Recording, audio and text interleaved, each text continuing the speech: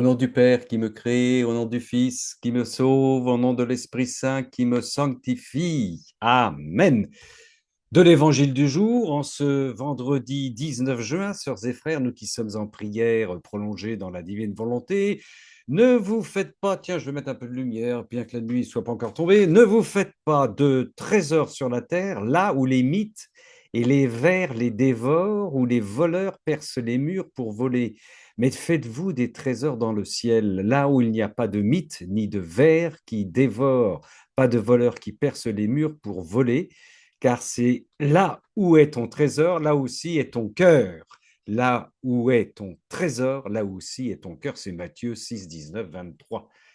Trinité toujours sainte et indivisible, je t'adore profondément, je t'aime intensément, je te rends grâce perpétuellement.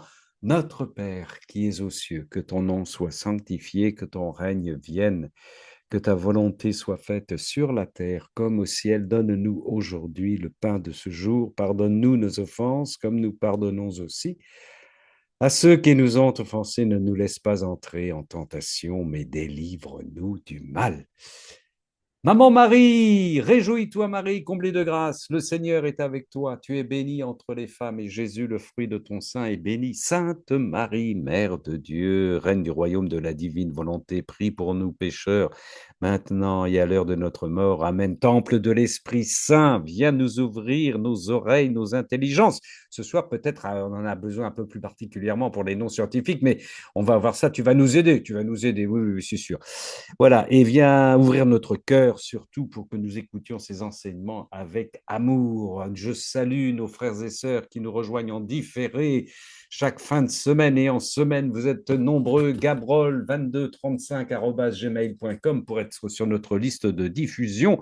Je salue l'Australie, l'Afrique du Sud, le Rwanda et le Canada et le Québec, Vancouver, bien sûr, puisque nous avons eu Vancouver cette semaine à s'accrocher. Voilà, une dame, une sœur qui nous dit, j'écoute des cénacles en anglais, mais j'accroche pas tant que ça au cénacle en anglais, il me faut vos cénacles en français. Bon, ben, c'est parfait, c'est à Vancouver que ça se passe. Alors, sœurs et frères, oui, ce soir, nous avons un cénacle animé préparé par notre Seigneur et notre sœur Chantal. La divine volonté renouvelle notre ADN, c'est la deuxième partie. Je me permets juste de glisser, ma petite sœur Chantal ne m'en voudra pas, pour les non-scientifiques comme moi, les non-techniques, le début va peut-être vous sembler un peu technique. Tenez bon, après nous allons replonger dans les sources de la spiritualité, de la théologie, du livre du ciel. Donc ne vous inquiétez pas si au départ, tout comme moi, vous dites nos neurones en ce vendredi soir, en plus avec la canicule explose. Mais non, tout se passe bien. Tout est prévu pour ensuite nous immerger dans l'eau douce et fraîche, ô combien fraîche de la divine volonté. Voilà, je crois que j'ai tout dit. Je me tourne maintenant vers ma sœur Chantal. Merci Ramon pour ces précisions, effectivement. Oui, effectivement. Peut-être que le début, ça reprend en fait ce qu'on a vu dans la première partie. Oui. Mais ce soir, nous allons discuter d'un sujet délicat, surtout en deuxième partie de ce cénacle, les traumas. Les traumas, c'est un vaste sujet. On va seulement le survoler, mais j'espère que ça n'offensera personne et que ça donnera un petit brin d'ADN d'espoir. Et j'ai la très ferme conviction que l'amour de Dieu et même la divine volonté est la solution. Ce n'est pas un gros scoop, mais malheureusement, il y en a encore qui l'ignorent, alors il faut en parler. Donc, résumons un peu la première partie. Pourquoi s'attarder sur l'ADN? La transformation de notre âme amène aussi la transformation de notre ADN et connaître ce qui peut nuire à cette transformation peut être utile. La connaissance de soi et la connaissance de Dieu vont de pair, comme on l'a dit dans la première partie, et c'est ce qu'on retrouve aussi dans le livre du ciel. Et l'ADN fait partie de nous. Il est notre empreinte, notre code barre. Il est en quelque sorte le disque dur, c'est-à-dire la base de données qui constitue notre personnalité et peut-être même notre âme. Certains physiciens observent des propriétés spirituelles sur l'ADN et nos plus forts désirs et nos plus grandes craintes s'inscrivent sur l'ADN. L'ADN serait un pont entre notre corps et notre âme. il semble que le spirituel se concrétise dans notre corps, dans notre ADN. En première partie, nous allons voir que nos idoles s'inscrivent sur l'ADN et en deuxième partie, nous parlerons des traumatismes qui laissent aussi des marques sur l'ADN. Tout ce qui n'est pas de Dieu ne peut entrer dans le royaume des cieux et ces marques peuvent être guéries pour entrer au ciel. Il y aura des cicatrices, bien sûr, comme celle de notre Seigneur Jésus, mais le blocage ou l'obstacle à l'amour ne sera plus. Au contraire, lorsqu'on voit les plaies de Jésus, on voit tout l'amour trinitaire pour nous, car il nous a sauvés par l'humiliation, la torture et la mort sur la Sainte Croix. Le corps et l'âme sont inséparables et les deux cheminent ensemble vers Dieu. Bon, à notre mort, ils se sépareront, mais que pour un temps. On a observé des communications qu'on pourrait qualifier de spirituelles entre les ADN de chaque cellule de notre corps, car des informations sont transmises de façon non localisée, c'est-à-dire instantanément, non contraintes par la distance et le temps, comme on l'a vu dans la première partie. C'est ce qu'on a remarqué dans le milieu scientifique, du moins grâce aux travaux du biophysicien allemand Fritz Albert Popp. Je cite, l'ADN jouerait un rôle émetteur de rayonnement laser fonctionnant à travers des biophotons cohérents. Les photons, c'est des particules de lumière. L'ADN émettrait donc un rayonnement électromagnétique, ou autrement dit, un rayonnement lumineux pour permettre une communication entre les cellules. Et selon un extrait du livre Entanglement, l'intrication quantique des particules à la conscience de oui, un titre un peu corsé. C'est l'astrophysicien Massimo Teodorani qui a écrit ce livre. Alors, il cite, on comprit que l'ADN est l'une des sources des biophotons, donc une source de lumière, et l'on devina que derrière ces derniers se trouvait une structure. Des preuves furent également établies que les rayonnements lumineux de l'ADN entre les cellules sont responsables du déclenchement de réactions biochimiques. D'une manière probablement liée à l'émission de biophotons, les fonctions des chromosomes agiraient comme un appareil d'ensemble, comme un tout, on peut dire, dont la propriété fondamentale serait la non-localisation de l'information génétique transmise par ces derniers. Donc, je rappelle, le terme de non-localisation fait référence à la non-contrainte de temps et d'espace, comme si on était dans le monde spirituel. Cela expliquerait comment les cellules de foie greffées à une personne transmettent les addictions du receveur, en fait, les addictions plutôt du donneur au receveur, alors que les addictions se passent dans la tête ou le cœur de l'âme. Mais en tout cas, je douterais que ça se passe dans le foie, uniquement dans le foie, comme ça a été évoqué dans le Cénacle Une histoire sans fin, deuxième partie. L'ADN de toutes les cellules, donc, s'harmoniserait pour être identique dans toutes les cellules du corps, incluant les marques et la méthylation épigénétique, qui apparaissent au fil du temps selon le vécu. Ces marques seraient donc transmises à l'ADN de toutes les cellules par un rayonnement lumineux, incluant les cellules sexuelles, d'où l'hérédité des traumas sur 3 ou 4 générations et probablement des addictions. Pour que ces marques épigénétiques se transmettent d'une génération à l'autre, il faut absolument qu'elles se retrouvent dans les cellules sexuelles, soit les spermatozoïdes et les ovules. Donc, c'est pour ça que je m'étais posé la question, mais comment elles peuvent se transmettre ces marques épigénétiques? Il faut absolument qu'elles se retrouvent aussi dans les cellules sexuelles, mais pourtant, ces traumas se passent soit dans la tête, ou on peut dire aussi peut-être dans notre âme. Alors, c'était vraiment une question que je m'étais posée et j'ai eu la réponse dans ce livre, finalement. C'est vraiment par un rayonnement lumineux de l'ADN et peut-être que cette proportion, c'est-à-dire que on estime entre 40 et 60% la part des gènes dans la survenue d'une addiction. Ça provient de Science et Vie. Et peut-être que cette proportion augmenterait si on considérait que les jumeaux identiques ayant le même ADN. Et pourquoi? parce qu'il semble que cette communication entre l'ADN de différentes cellules de notre corps pourrait aller au-delà du corps, puisqu'elle n'est pas contrainte par l'espace et le temps. Donc, par exemple, vers un jumeau qui possède le même ADN, les jumeaux identiques proviennent à l'origine d'une même cellule fécondée. Alors, on peut penser que les ADN cellulaires continuent de communiquer entre eux, même s'ils sont séparés en deux corps. Donc, parce que ça vient vraiment à l'origine d'une même cellule, finalement, fécondée. Et du point de vue de l'ADN, si je peux prendre l'expression, les deux corps des deux jumeaux ne font qu'un être unique.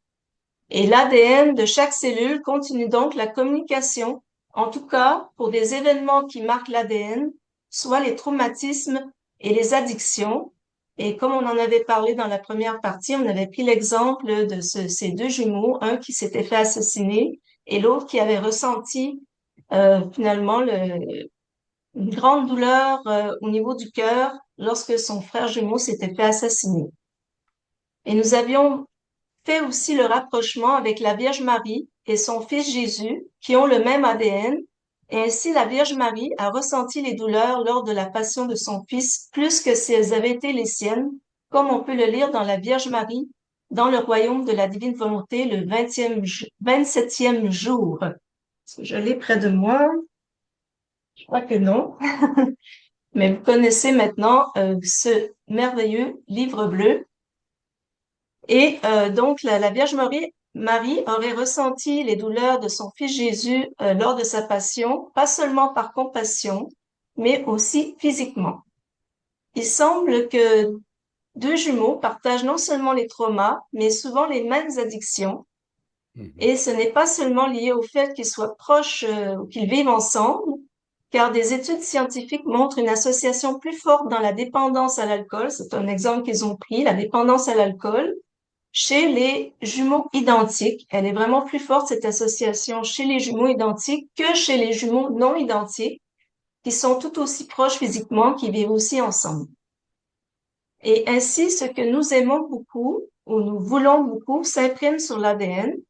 Et j'avais donné comme exemple dans d'autres cénacles la personne qui avait reçu une greffe de foie que nous avons évoquée plus tôt et dont le donneur avait une addiction au bâtonnet de fromage et pratiquait beaucoup la danse de rue, eh bien, la personne greffée ressentait ces addictions également. Et je suis tombée sur un autre exemple un peu plus tard. Une personne qui avait reçu une greffe de cœur s'était retrouvée avec une addiction au hamburger, car le donneur était un amoureux du hamburger. Apparemment, ce ne sont pas des cas isolés. Selon Hélène Banoun, pharmacienne biologiste, les souvenirs, la personnalité et les préférences sexuelles des donneurs sont souvent transférés aux receveurs. On voit que les forts désirs se retrouvent dans les organes, notamment le foie ou le cœur, et se communiquent à l'esprit de la personne qui reçoit une greffe d'organes. Ce Mhm. qui est lié à la volonté ou à l'amour, ou son opposé, la peur, les traumas, semble s'imprimer sur l'ADN. Notre volonté ne perd rien, comme le dit Jésus, volume 33, 19 mars 1935. La volonté humaine possède les caractères indélébiles de tout ce qu'elle fait et de tout ce qu'elle veut faire. Et si la mémoire oublie, la volonté ne perd rien. Elle possède le dépôt de tous ses actes sans rien perdre. On peut dire par conséquent que tout l'homme est dans la volonté. Wow. Cette phrase est importante. On peut dire par conséquent que tout l'homme est dans la volonté, et elle nous rappelle le verset Matthieu 5, 28. On vous a appris, ne commettez pas l'adultère, mais moi je vous dis, celui qui regarde la femme d'un autre avec envie, dans son cœur, il a déjà couché avec cette femme.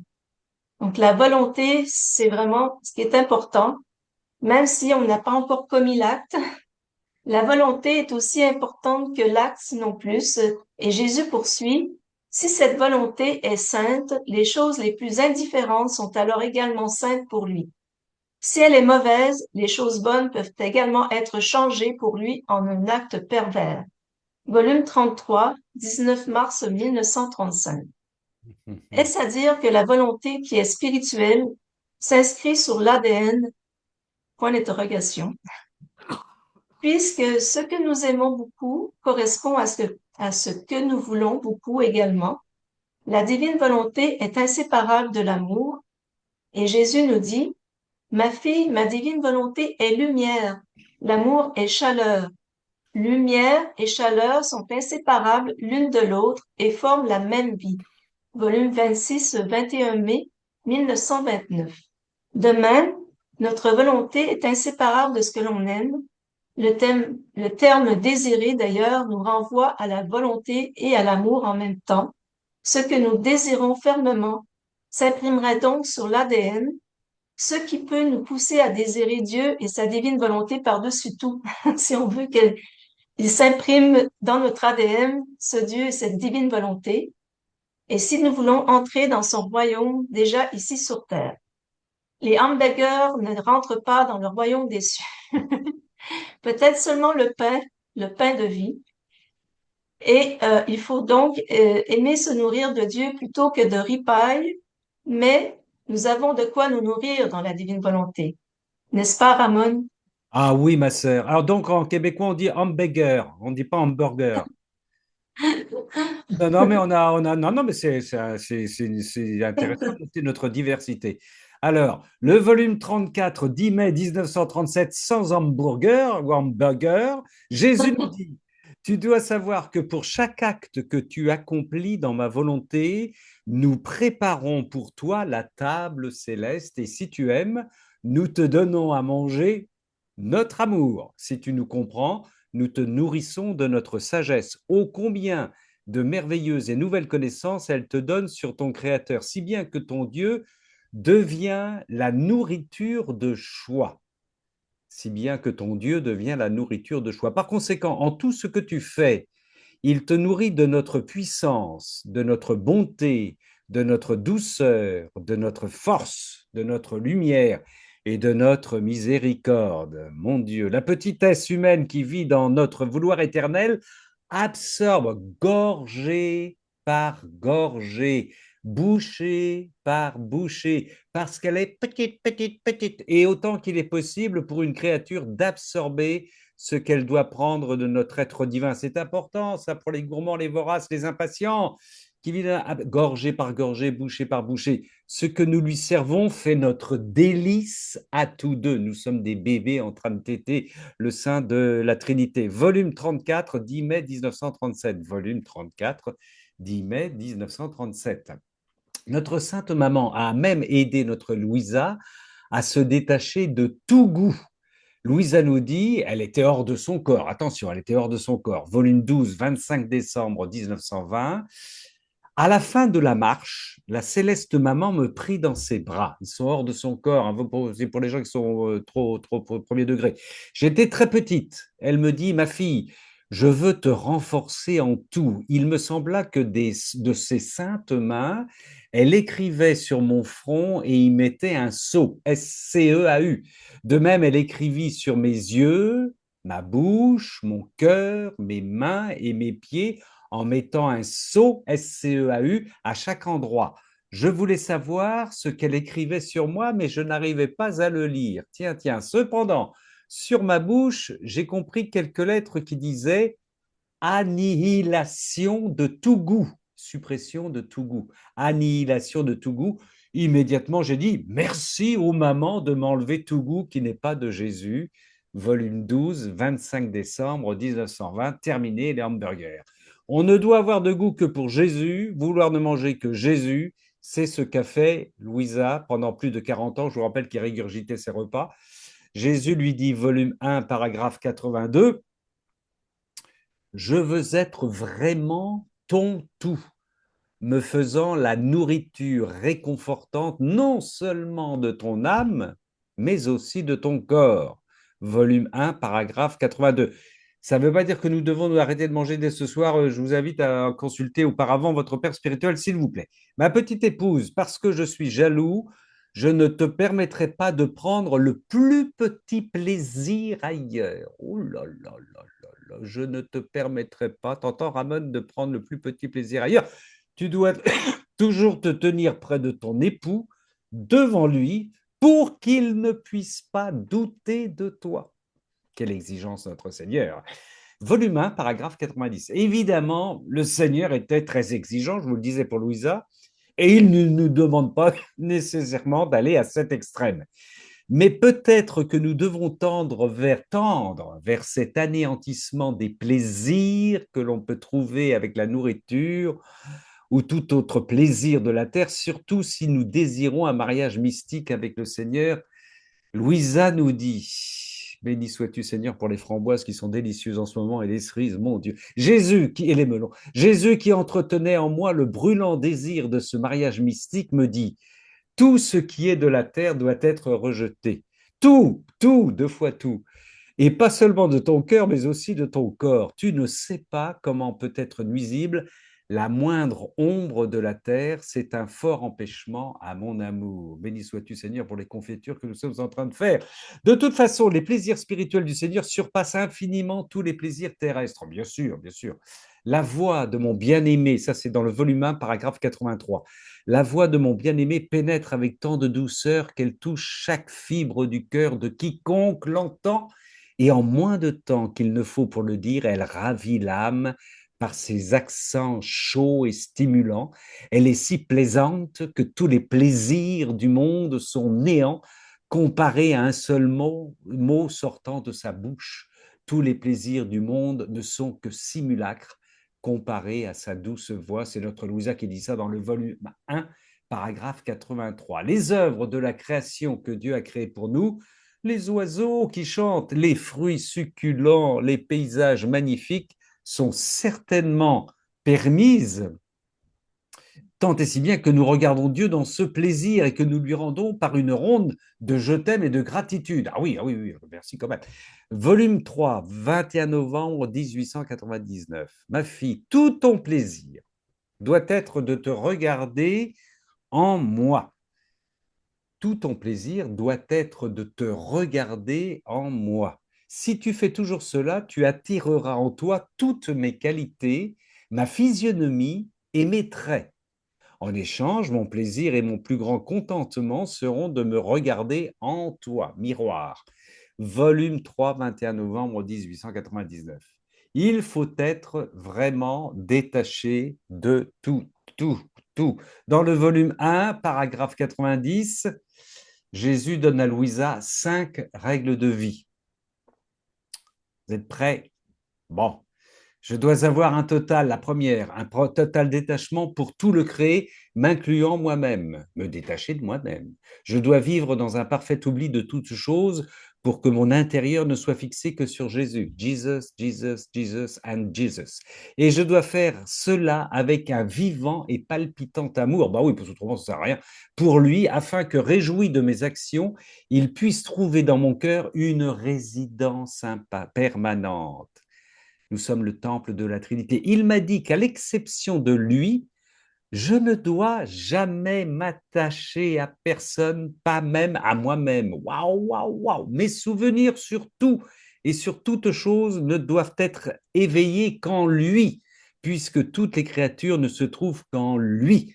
Pour y parvenir, il est nécessaire de toujours agir dans une sainte indifférence, on rejoint les jésuites, et de faire abstraction de tout ce qui se passe autour de soi.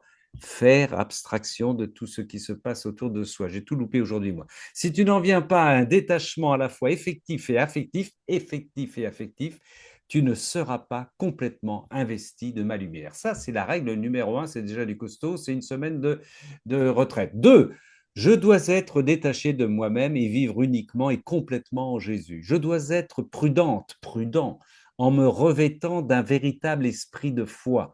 Par cet esprit de foi, je pourrais obtenir les moyens de me connaître et de me méfier de moi-même, l'importance de se connaître soi-même, de reconnaître que par moi-même, je suis bon à rien, d'acquérir les moyens de mieux connaître Jésus et d'avoir une plus grande confiance en lui. Numéro 3, il continue en disant, Jésus continue en disant, non pas ta volonté, mais la mienne doit vivre en toi pour dominer comme un roi dans son palais royal. Ça, on le sait, pas besoin de commentaires. Quatrième, et il continua, à l'avenir, je veux qu'il n'y ait plus de tu et de je. Ça, c'est très important. Il n'y aura pas de je ferai et tu feras. Ces paroles disparaîtront et seront remplacées par nous ferons. C'est pas simplement le Seigneur, c'est nous, toi et moi, Seigneur, nous ferons. Tout sera nôtre. Nous allons nous offrir un bon repas. Oups là, pardon, Seigneur.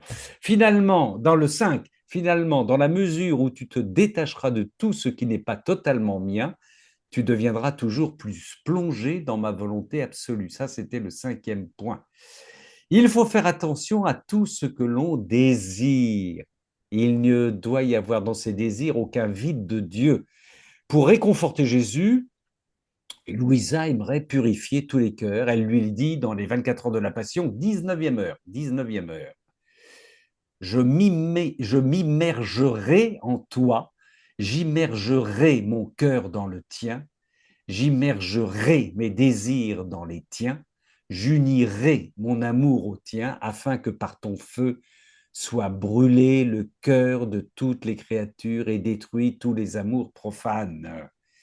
Nous ne devons avoir aucun amour profane. Et Louisa nous aide pour que ce soit accompli. Ne rien désirer de ce qui vient des hommes, mais aimer ce qui vient de Dieu, aimer comme Dieu aime. Tiens, tiens, tiens, Jésus dit à peu près la même chose chez notre sœur Alice Lenchevska, numéro 263 en 1986. Pardon, il faut se dépouiller de ces désirs égoïstes, ceux qui touchent les choses terrestres. Il dit aussi au paragraphe 791 en 1987, un an plus tard, que tous les grands désirs qu'il te reste soient réduits encore, que tous les grands désirs qu'il te reste encore soient réduits à une seule chose, accomplir ma volonté. Que tous les grands désirs qu'il te reste encore soient réduits à une seule chose, accomplir ma volonté. Notre orientation de vie, sœurs et frères, accomplir la volonté du Seigneur. En tout, en tout. Bref, nous devons aimer et vouloir par-dessus tout Dieu et sa divine volonté. Ah oui, oui, oui, rappel, rappel, rappel. N'avoir aucun attachement, comme nous le savons, et Jésus nous le rappelle au volume 1, paragraphe 79. Mon enfant, je désire de toi une séparation absolue de tout ce qui n'est pas de moi. Je veux que tu considères tout ce que tu sais être de la terre comme, celui qui parle, fumier, dégoûtant à regarder. Les framboises, Seigneur. Mon cœur se gêne quand tu regardes avec plaisir les choses de la terre qui ne sont pas des nécessités. Ah oui, mais les framboises sont des nécessités pour te louer, te dire merci, pour te dire je t'aime, ça marche. Elles ennuagent les choses célestes en toi et retardent le mariage mystique que j'ai promis de conclure avec toi. Ne désire jamais acquérir quelque chose. Ne soupire jamais après quelque chose. Ne soupire jamais après quelque chose. Et n'accepte jamais rien qui ne soit réellement nécessaire. Le cas échéant, remercie-moi en premier, le cas échéant. Ensuite, tes donateurs. Je veux que désormais tu t'arranges avec ce qui t'est donné et tu ne demandes rien d'autre parce que désirer quelque chose qui ne t'est pas donné peut devenir encombrant dans ton esprit. Ça, c'est du conseil spirituel. Volume 1, paragraphe 79 chez Louisa Picaretta, bien sûr. Hein. Désirer quelque chose qui ne t'est pas donné peut devenir encombrant dans ton esprit. Toutefois, alléluia, Jésus faisait parfois la fête.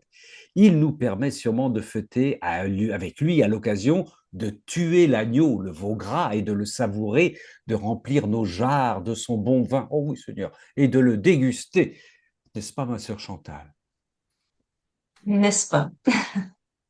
Bon, là, on va discuter plutôt pas de la fête, mais de ce sujet un peu plus délicat, des traumas. Et nous avons vu que l'ADN rayonne une lumière et en rayonnant, elle envoie de l'information. Quand nous aimons les autres, nous rayonnons cet amour et cela peut même toucher l'ADN des autres personnes qui nous entourent, car l'ADN est aussi un récepteur. Oui. En plus d'émettre, il reçoit de l'information. L'amour peut même renverser la marque des traumas sur l'ADN, comme on l'a vu dans le Cénacle L'Histoire sans fin, première partie. Les traumas sont réversibles, bien que difficilement, et les descendants sur 3 ou 4 générations qui n'ont pas subi le traumatisme des parents ont quand même des comportements étranges ou des mécanismes en lien avec le traumatisme. Par exemple, les descendants de ceux qui ont connu la famine ont plus tendance à avoir des troubles métaboliques, notamment l'obésité. À la suite d'un trauma, soit un syndrome post-traumatique, on observe chez le ou la concerné des troubles de l'humeur, une réduction de la réactivité, un manque d'intérêt pour les activités habituelles, de l'irritabilité, des difficultés de concentration, des troubles du sommeil sont également observés et bien d'autres problèmes de comportement. Les traumas génèrent des comportements disharmonieux en réponse à des événements complètement disharmonieux à travers lesquels on ne se sent plus en harmonie avec les autres. Ces personnes se referment souvent sur elles-mêmes parce qu'elles ne peuvent plus faire confiance aux autres. Elles sont donc repliées sur elles-mêmes et peuvent être fermées aussi à la relation à Dieu, malheureusement.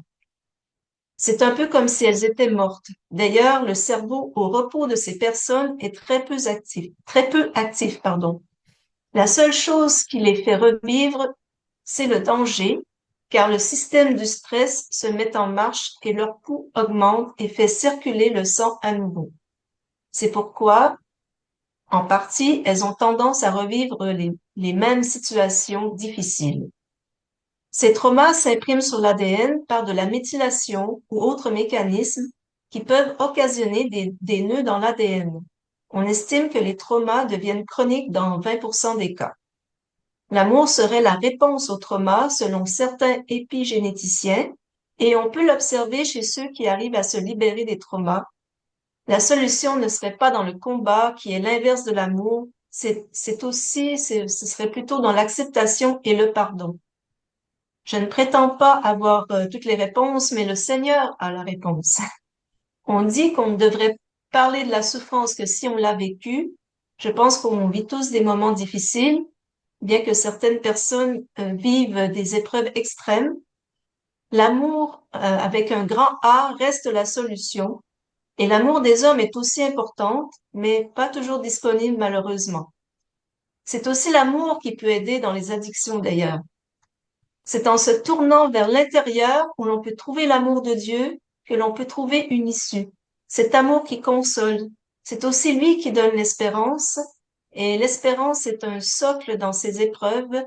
Jésus nous dit, l'âme habitée par l'espérance ne peut pas être dérangée par les tribulations, les tentations, la pauvreté ou les infirmités. Aucun incident de la vie ne l'effraie ni ne la décourage, même pour un instant.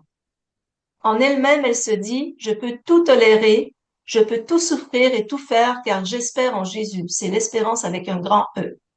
Volume 1, paragraphe 97. Ce qui ne veut pas dire qu'il n'y aura plus de souffrance. La solution est vraiment de vivre cette souffrance en union avec Jésus, unir ses souffrances à celles de Jésus, lui qui a souffert tous les péchés des hommes l'un après l'autre. Il nous dit, volume 33, 14 janvier 1934, chaque souffrance a son rôle particulier. Elles peuvent être ciseaux, marteaux, lime, pinceau, couleur, et lorsqu'elles ont fini leur travail, triomphantes, elles conduisent la créature au ciel. Donc, je répète, triomphantes, elles conduisent la créature au ciel et elles la quittent lorsqu'elles voient chaque souffrance échangée contre une joie distincte, un bonheur éternel. Pourvu cependant que la créature les reçoive avec amour et ressente avec chaque souffrance le baiser, l'embrassement et l'étreinte de ma divine volonté. C'est alors que les souffrances possèdent leur miraculeuse vertu.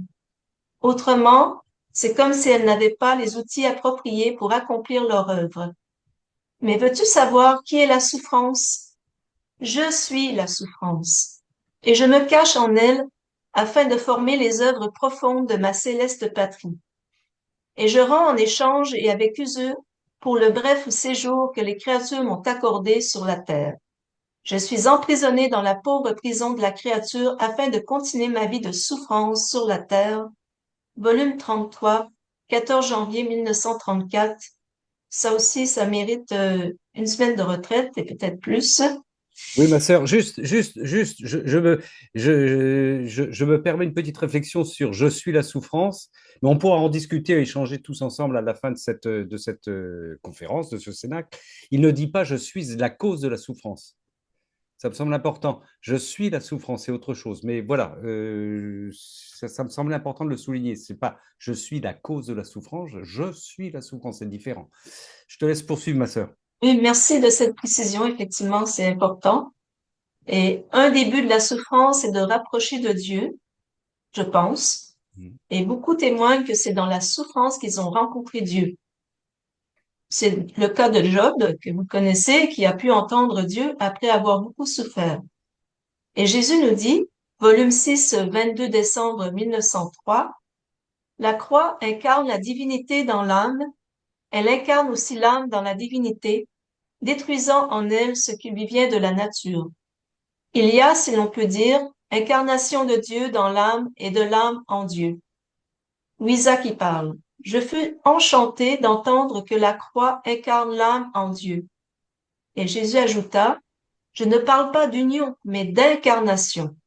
La croix pénètre tellement dans l'âme que celle-ci devient souffrance. Et là où il y a souffrance, il y a Dieu. Mhm. Car Dieu et la souffrance ne peuvent être séparés.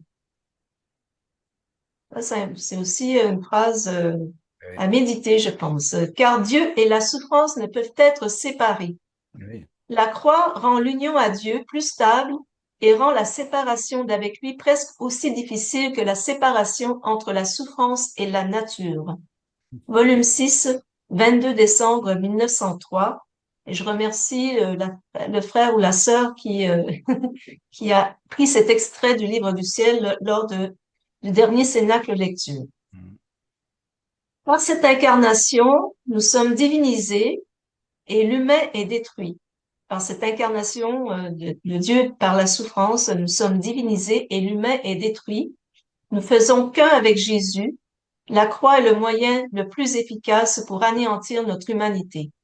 Sans vouloir faire de l'ironie, les traumatisés ont une longueur d'avance sur l'anéantissement de leur humanité. Ceux qui n'ont pas vécu de grands traumas ont souvent plus de volonté humaine et d'égo à anéantir, ce qui est très difficile aussi, car chaque acte de notre volonté humaine nous éloigne de Dieu, comme on peut le lire dans le livre du ciel. Alors que les traumatisés sont comme arrêtés, sont comme un peu en suspens, mais au moins ils ne s'éloignent pas de Dieu. Les âmes traumatisées sont des âmes victimes, elles ne sont pas comme les autres. Elles doivent vivre en conformité avec le ciel et non en conformité avec le monde. C'est d'ailleurs le cas pour tout le monde, mais je pense que c'est encore plus le cas pour ces personnes. Dieu ne donne pas d'épreuves au-dessus de nos forces, car il donne des grâces à la hauteur de l'épreuve.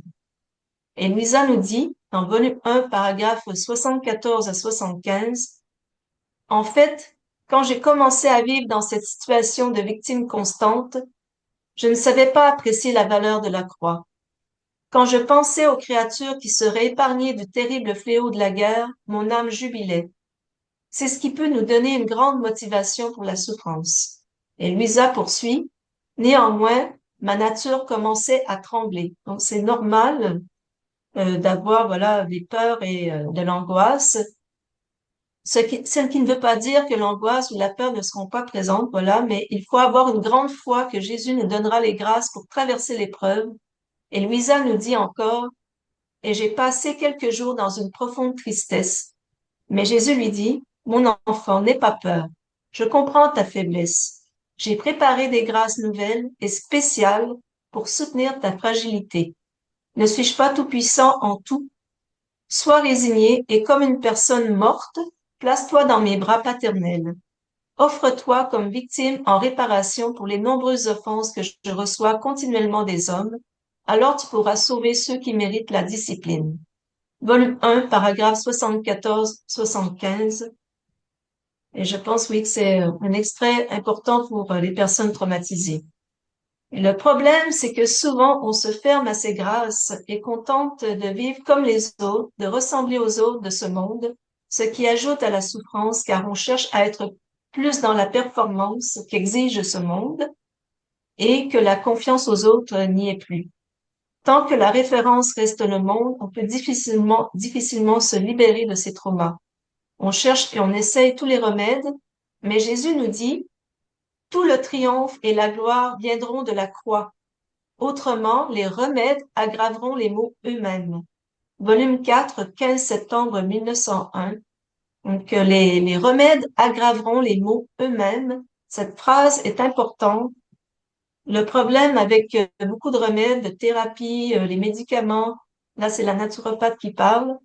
Les symptômes sont supprimés, mais il n'y a pas de véritable guérison, car la source du problème n'est pas corrigée, n'est pas réparée.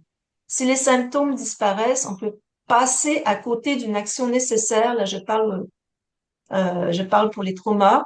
On peut passer à côté d'une action nécessaire au niveau spirituel.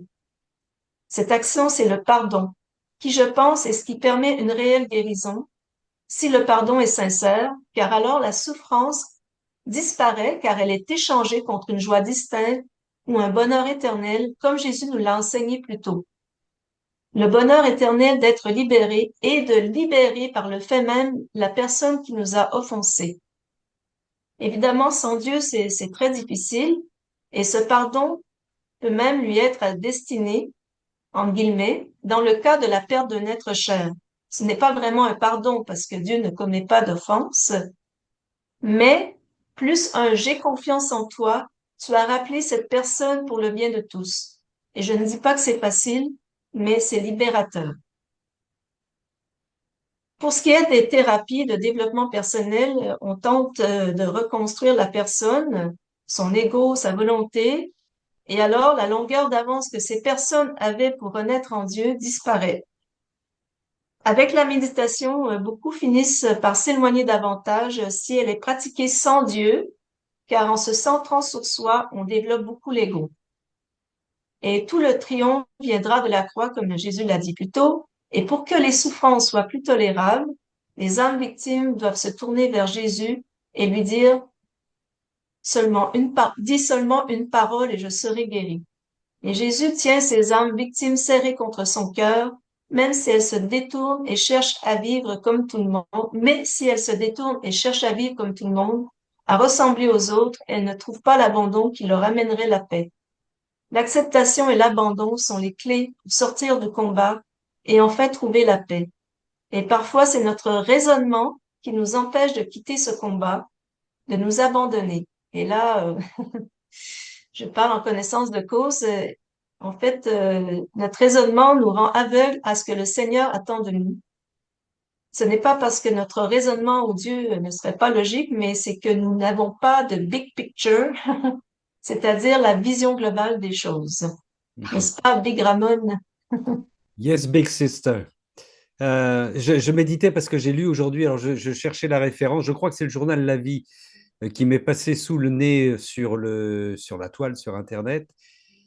Et sauf erreur de ma part, c'est le journal La Vie, je crois, qui a fait un reportage sur bon nombre de prêtres religieux et religieuses qui ont quitté le sacerdoce ou leur famille religieuse pour tous devenir coach pour faire du management et du coach et de l'accompagnement pas spirituel, ils veulent pas faire, mais de l'accompagnement personnel. C'est étonnant. Ça rejoint un peu, c'est évidemment une autre démarche par rapport à ce que tu viens de nous dire.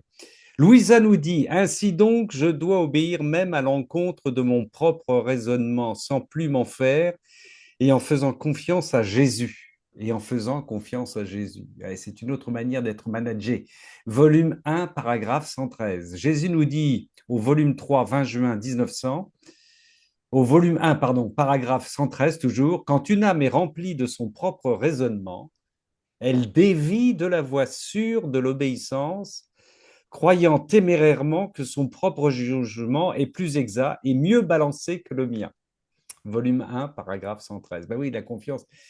Il faut même abandonner son raisonnement, ses certitudes. Volume 3, 20 juin 1900.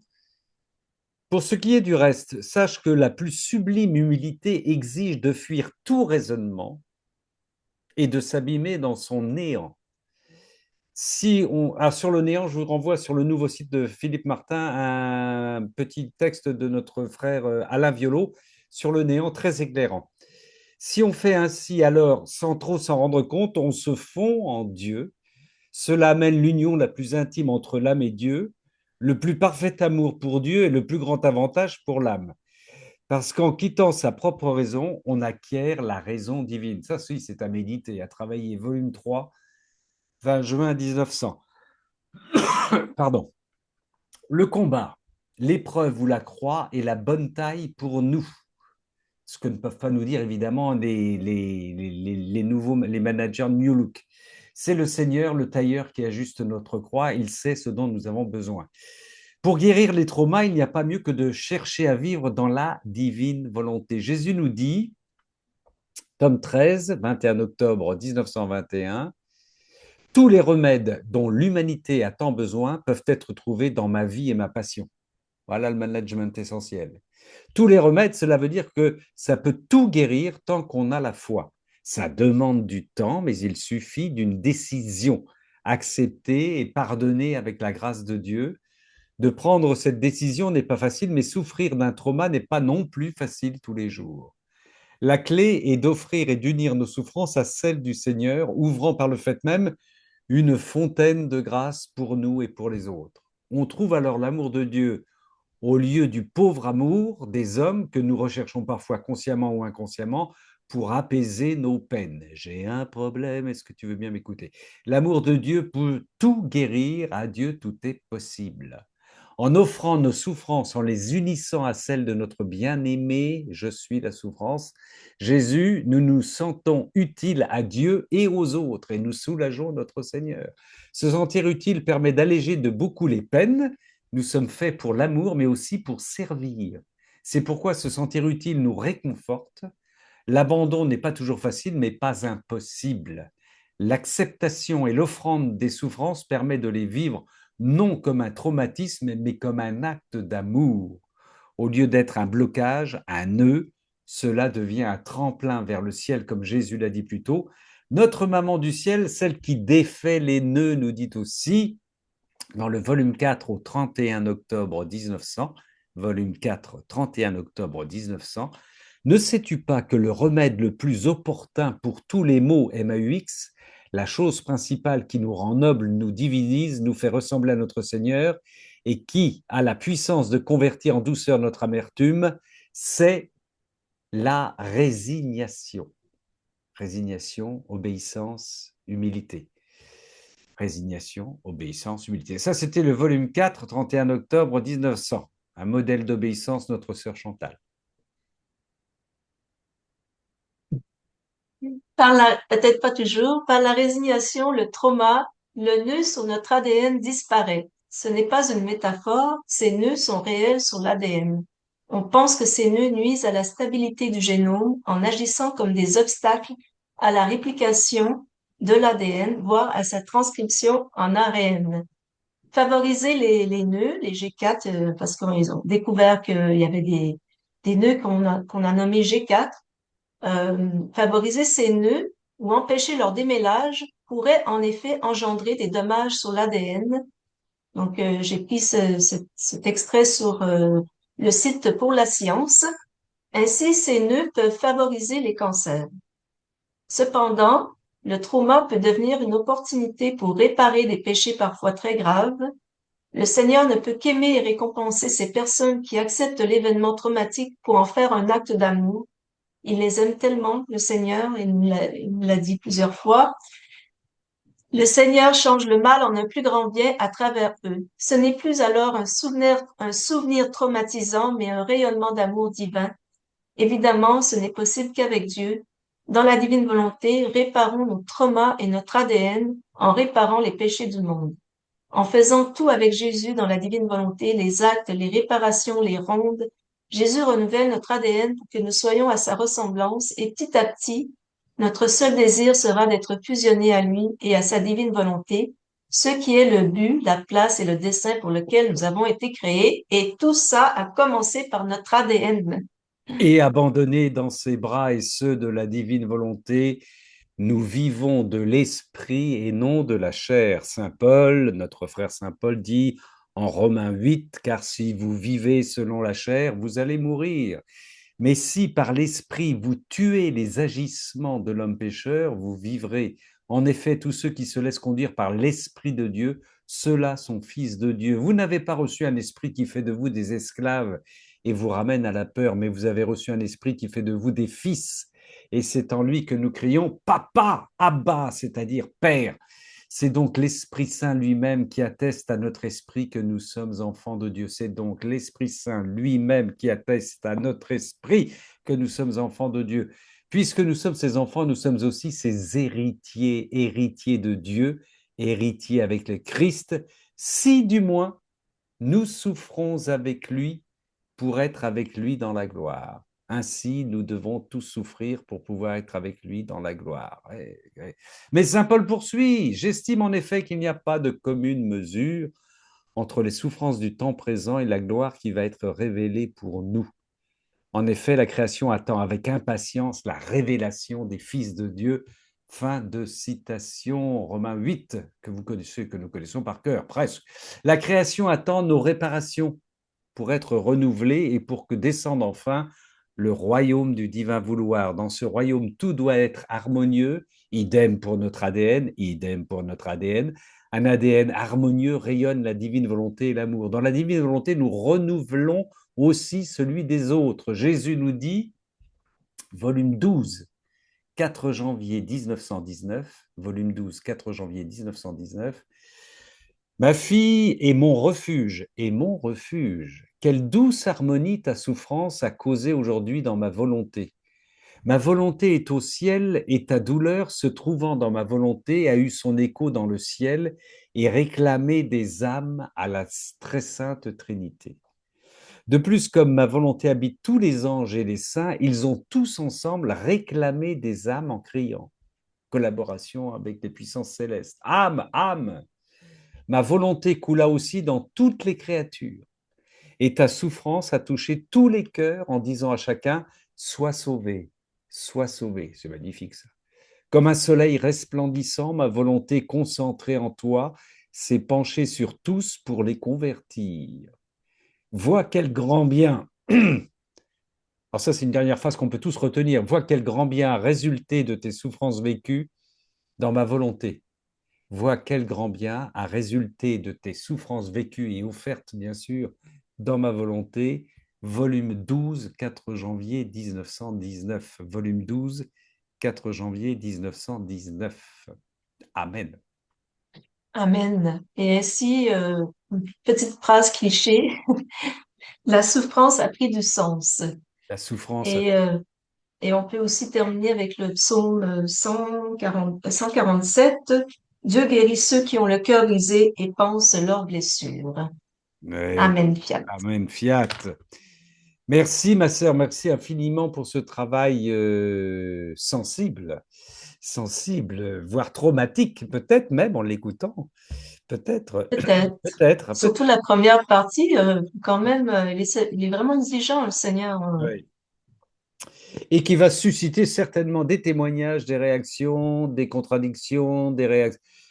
On est sur un terrain de méditation, de réflexion. Rien ne nous, la divine volonté ne nous l'interdit pas, sœurs et frères. Donc, ma sœur Chantal, du point de vue de sa base scientifique, explore des espaces et elle a bien raison. Maintenant, on peut en discuter, on peut en parler ensemble, on peut témoigner. Je vous laisse respirer, souffler et puis déposer vos petites mains jaunes pour partager si vous avez des choses à nous dire.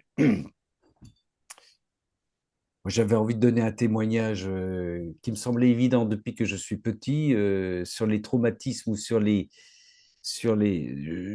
une partie de ma famille, de mes parents, je ne vais pas dire laquelle, qui ont des origines bretonnes et qui sont marquées de génération en génération par le bon vin, par l'abus d'alcool, d'accord? On a eu des bons exemples chez les grands-parents, chez les oncles, chez etc., etc. Je me répands pas trop. Je ne m'étonne pas que j'aime la dive bouteille. Voilà, voilà, ça, je pense qu'il y a des et que les enfants aussi, par la suite, il y a, comme ça m'a particulièrement parlé ce que tu as dit, ce que tu as décrit tout à l'heure. Alors que de l'autre côté de la famille, ça n'est pas le cas parce que ces gens-là étaient sobres de génération en génération. Ben, en fait, j'ai écouté des témoignages, j'ai quand même écouté beaucoup de témoignages cette semaine. Je me suis plongée dans les traumas, je me suis plongée dans les addictions et bon, j'ai entendu des choses difficiles, hein, c'est clair, et il y a vraiment il y a vraiment des des jumelles ou des jumeaux, c'était plus souvent des jumelles, qui ont vraiment eu les mêmes addictions, mais c'est pas arrivé en même temps et c'est pas arrivé dans les mêmes circonstances.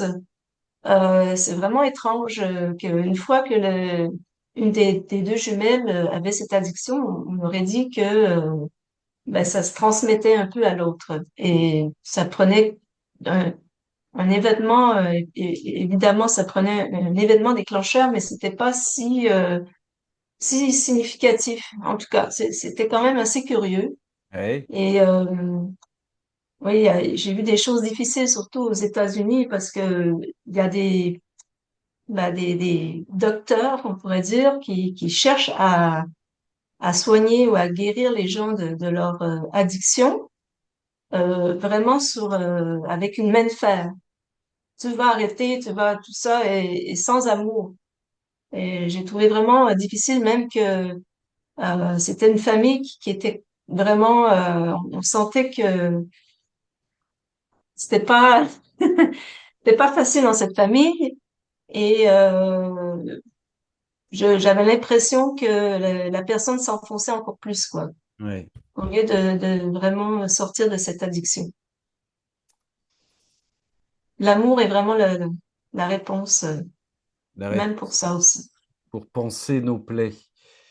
Sœurs et Ouais. frères, sœurs et frères, vous allez nous laisser faire un petit duo, ma sœur Chantal et moi, ou vous voulez intervenir, ou le sujet est trop sensible pour que vous. Mais non, ça m'étonnerait. Je regarde, la petite main jaune.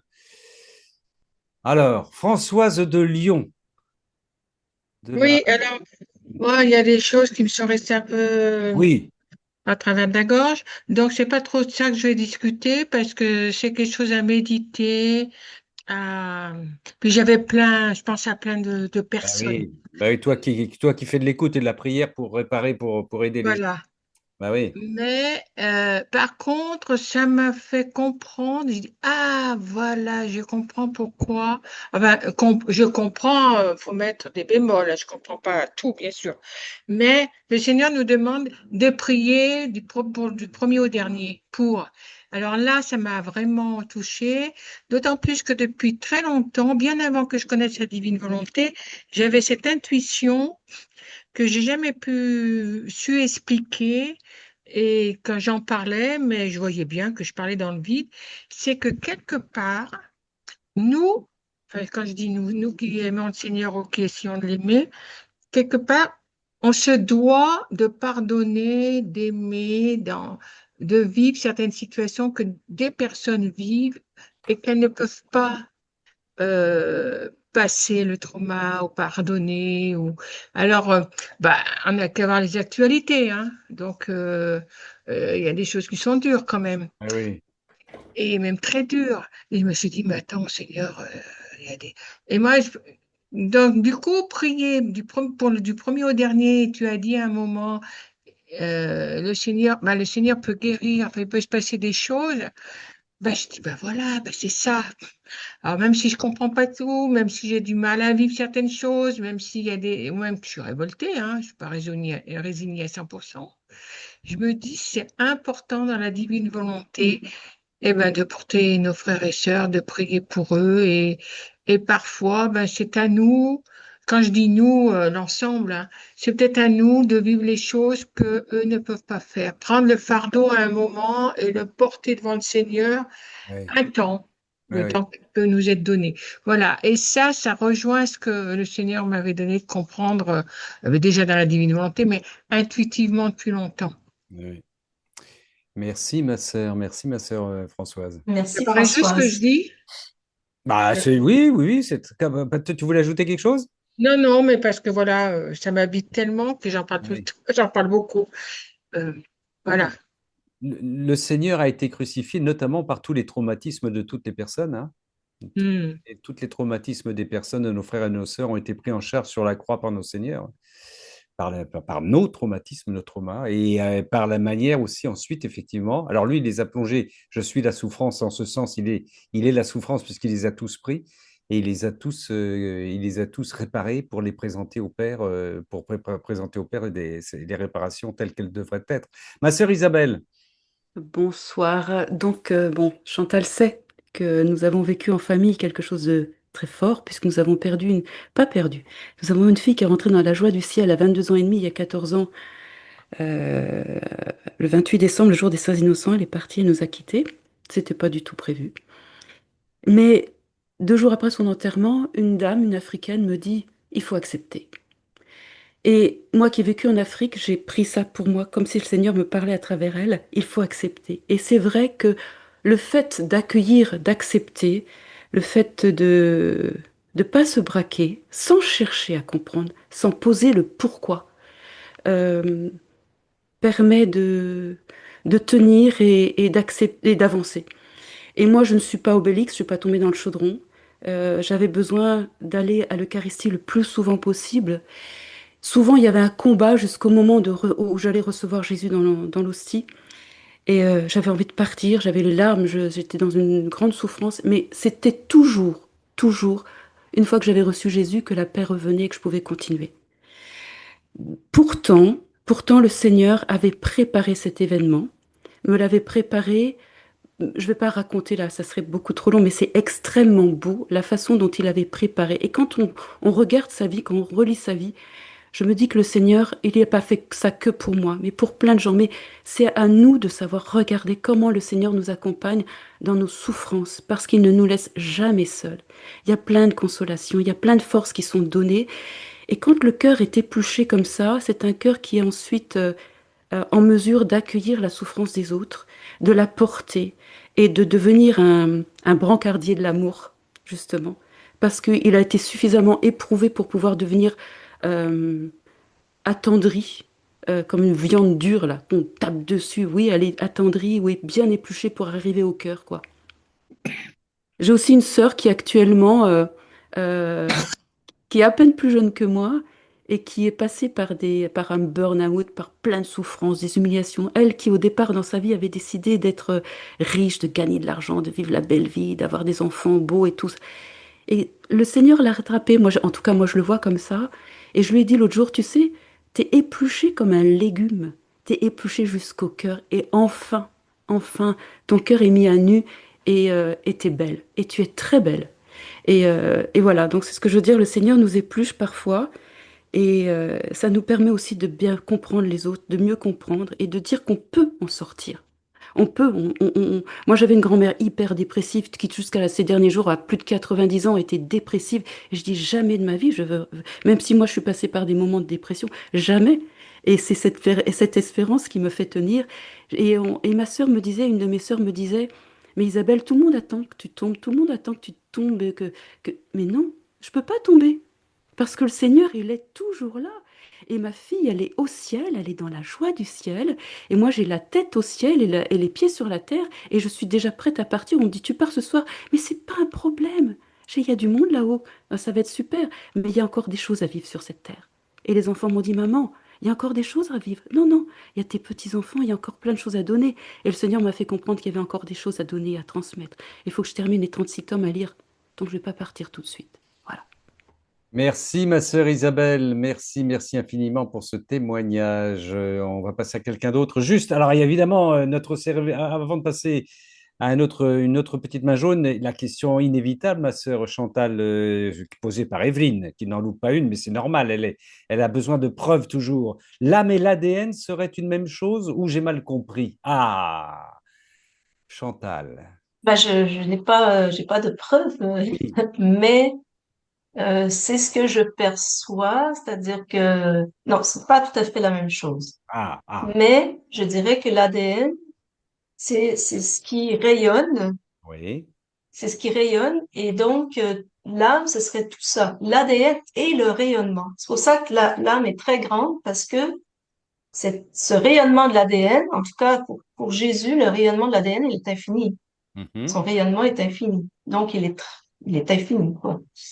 Et le nôtre, ben, comme il le dit aussi dans les livres du ciel, ceux qui sont plutôt tournés vers soi, ben, ils rayonnent pas beaucoup. Ceux qui sont plus dans leur volonté humaine, ils rayonnent pas beaucoup.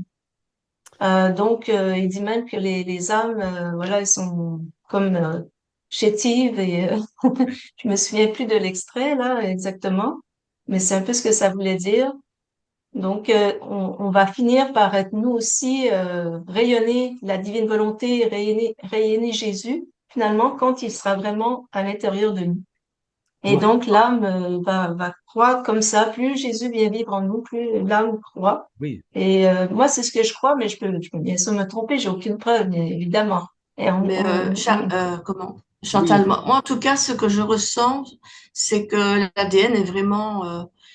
Mais tout à l'heure, je m'en souviens plus parce que il y a des rayonnements, comme tu dis, mais donc l'âme est touchée par l'ADN et l'ADN est touché par l'âme. Moi, à mon avis, c'est ça, quoi. Ce serait logique. On est dans notre corps, on vit voilà, ensemble. moi, c'est ce que je crois aussi. Mais ouais, Voilà. oui, Mais c'est ça que je pense aussi, quoi. Ouais, ouais. pour rester je plus pense que orthodoxe. un peu ce que le Seigneur a voulu aussi m'inspirer quand il Ouais. m'a envoyé des visions et des pensées. Je pense que c'est ce qui a voulu m'inspirer. Mais comme je suis quand même scientifique, j'ai besoin aussi de preuves et j'ai pas, évidemment, j'ai pas trouvé une preuve hors de tout doute. De toute façon, les preuves hors tout doute, hors de tout doute n'existent pas. Hein, c'est une preuve. On dit que c'est que ça explique à 99%, mais il reste toujours un 1% qui n'est pas expliqué.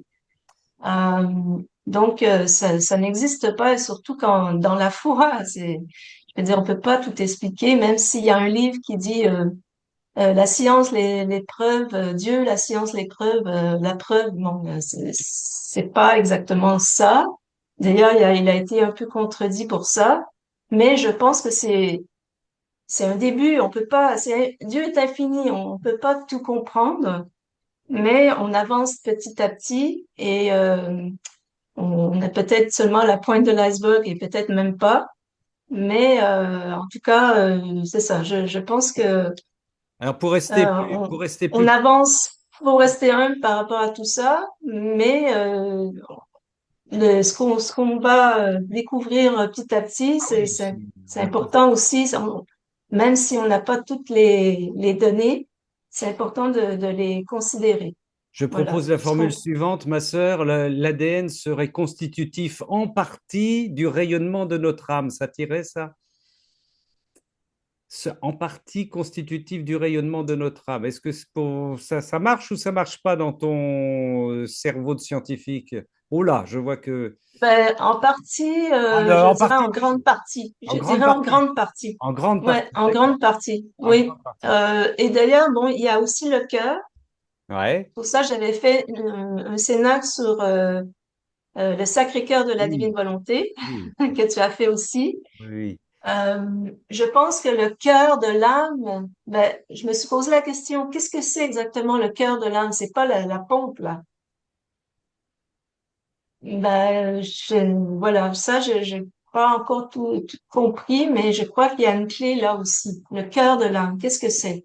Bon, déjà l'ADN, c'est le cœur des cellules. Donc, il y a Ouais. peut-être un rapprochement Bon.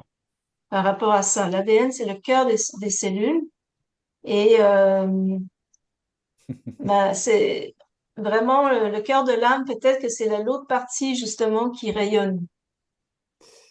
Donc, il y a Peut-être. Alors, l'ADN qui rayonne et le cœur de l'âme. bien, Voilà. nous allons passer à d'autres. Oui, on avance, ma sœur, parce que je vois que cette méditation te laisse intarissable, c'est normal. Nous avons Matendumba, alors je ne sais pas si je prononce bien, qui est là, qui a mis sa petite main jaune depuis un certain temps. Je ne sais pas si c'est une concentration de noms, de prénoms. Matendumba. Est-ce que vous voulez prendre la parole? Est-ce que vous voulez... Il faut ouvrir le micro pour intervenir, hein, sinon ça ne marche pas. On n'est pas encore dans... On n'a pas les pouvoirs de passer à travers les fermetures de micro.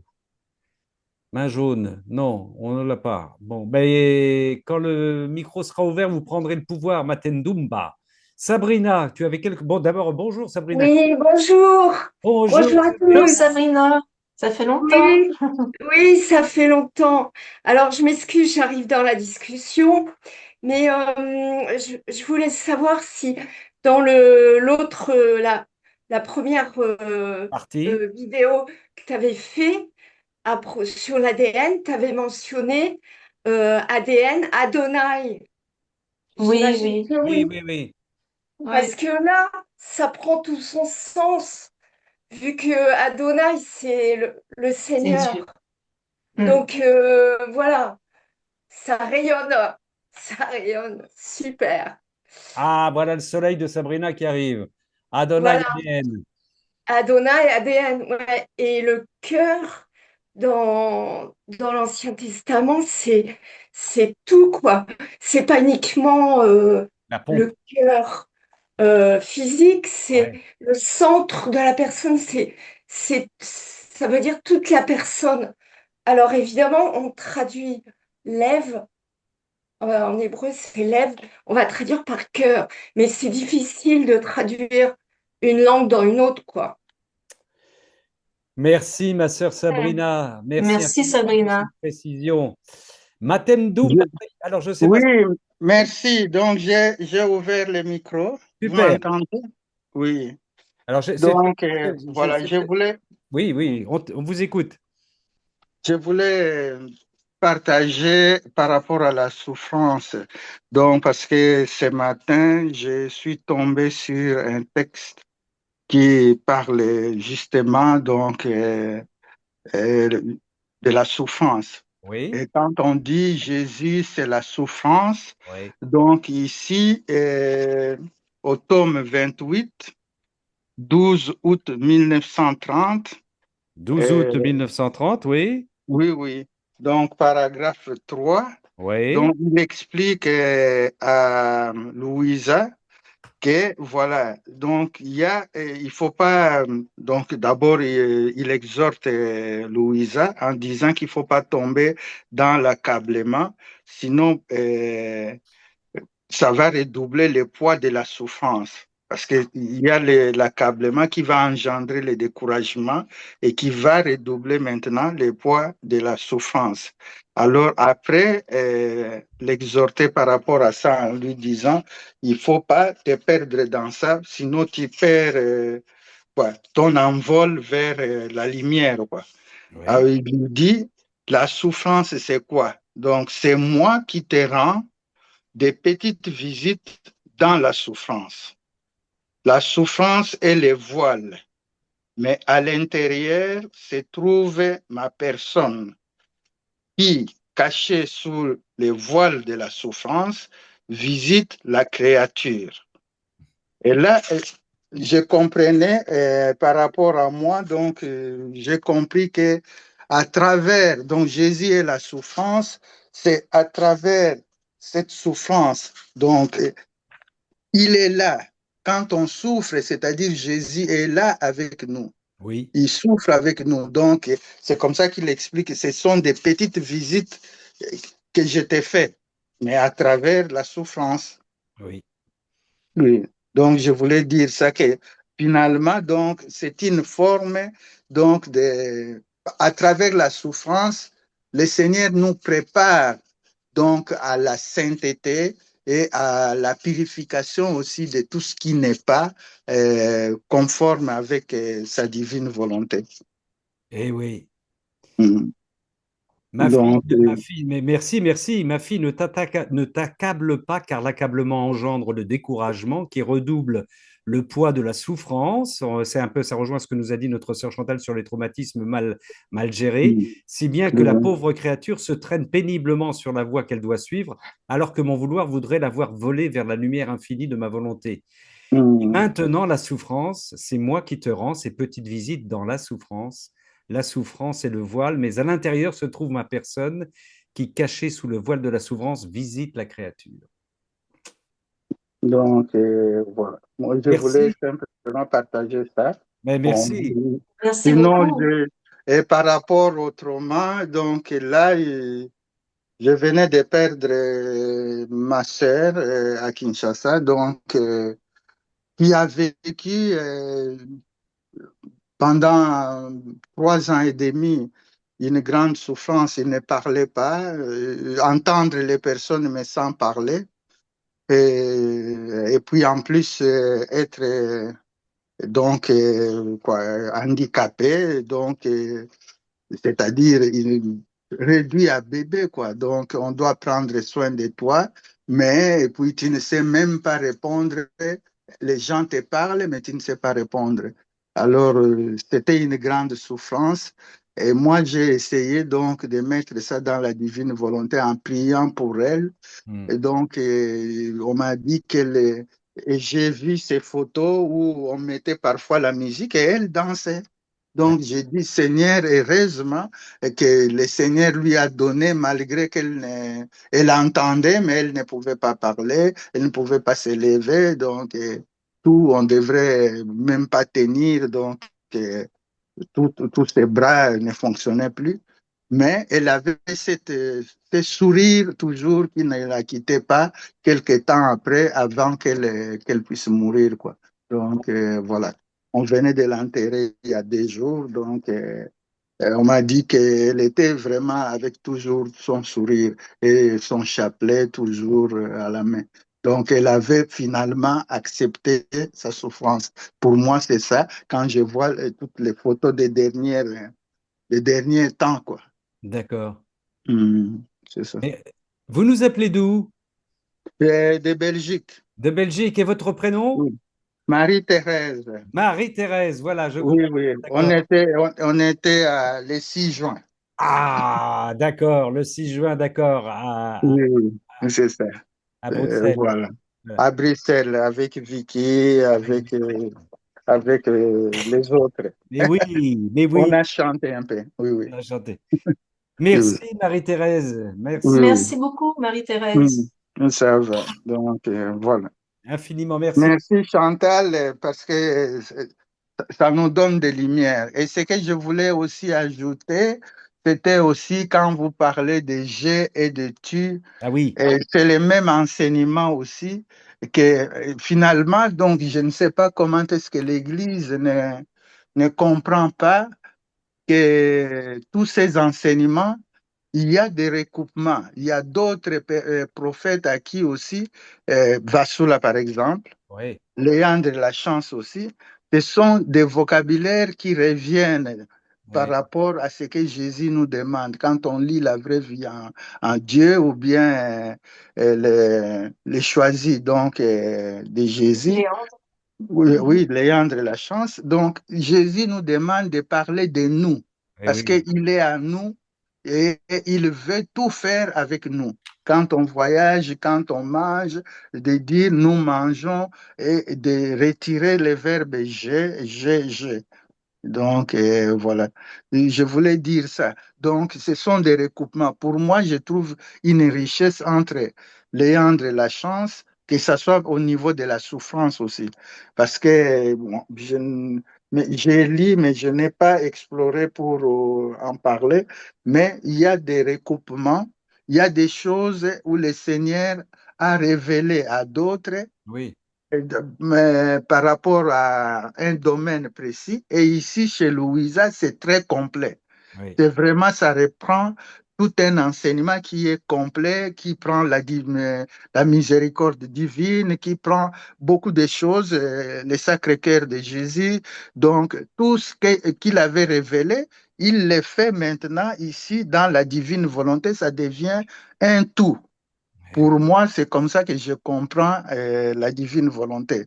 La divine volonté ramasse toutes, toutes ces spiritualités, je dirais des spiritualités, ou toutes ces révélations-là que le Seigneur a faites il y a des siècles, soit sur le cœur immaculé de Marie, soit sur sa miséricorde divine, soit sur son sacré cœur. Et tout est regroupé dans la divine volonté. Donc, voilà comment je comprends la divine volonté parce que en lisant, il y a beaucoup d'enseignements qui se répètent, mais et qui reviennent ici de manière plus approfondie. Marie-Thérèse, nous te Mm, remercions et nous te mm, bénissons. merci. Merci. Merci à vous Merci aussi. beaucoup, Marie-Thérèse. Merci, tu Mm, reviens quand tu veux, mm. Marie-Thérèse. Ma sœur Michel, Oui. Oui, oui, ça va. ma sœur Michel. Oui, c'était très riche, Chantal. Je suis un peu dépassée, évidemment, sur le plan scientifique, je n'arrive pas à suivre. Et puis, pour la question des traumas proprement dit, c'est une question tellement délicate que j'hésitais à m'engager à parler. Mais ce que je voudrais dire, enfin, c'est parler uniquement du peu enfin, je trouve dans le livre du ciel, concernant la lumière d'abord de la divine volonté, puisque tu as parlé d'un ADN lumineux. On sait que la divine volonté est lumière. Et il y a un passage, c'est dans le tome 16, le 13 mars 1924, à la page 119, où le Seigneur dit à Louisa: il ne peut y avoir de séparation en amour. En réalité, je ne t'ai rien fait. C'est la lumière de ma volonté qui te faisait souffrir. Te pénétrant comme une lumière très pure, ma volonté a porté mes souffrances dans les fibres les plus intimes de ton cœur. Ma volonté est plus pénétrante que n'importe quel dard, plus que des clous, des épines ou des coups de fouet. Étant une lumière très pure, dans son immensité, elle voit tout et renferme tout. Donc, elle comporte la capacité de toute souffrance. En faisant pénétrer sa lumière dans l'âme, elle lui apporte les souffrances qu'elle veut. Donc, ce que l'on voit là, c'est que la divine volonté englobe absolument tout et maîtrise tout, c'est-à-dire à la fois la souffrance et la joie. D'autre part, il y a un autre passage, mais excusez-moi, je n'ai pas retrouvé, où le Seigneur dit que les souffrances qu'il permet, bien sûr, il les a déjà vécues lui-même, qu'il permet pour la créature, hein, donc les traumas, il les a déjà vécues lui-même, et elles sont, du coup, hein, du fait qu'il les a vécues lui-même, saturées d'amour. Mais ce qu'il reste à faire, bien sûr, et là, je m'adresse à Chantal et à tous les gens qui sont spécialistes, il reste à découvrir cet amour-là. Donc, comment faire, bien sûr? Certes, il peut y avoir l'exemple des autres, mais l'exemple est-il suffisant? Il faut effectivement, comme l'a dit Françoise, me semble-t-il, prier pour que le Seigneur lui-même révèle la présence de cet amour à l'intérieur même des souffrances, qui à ce moment-là pourra être un amour salvateur, non seulement pour la personne, mais pour tous les hommes. Il y a un autre passage, c'est dans le 16 février, toujours tome 16, le 16 février 1924, page 101. Qui peut profiter le plus des immenses trésors de mon cœur? Donc il s'agit du cœur du Christ. Celui qui souffre davantage.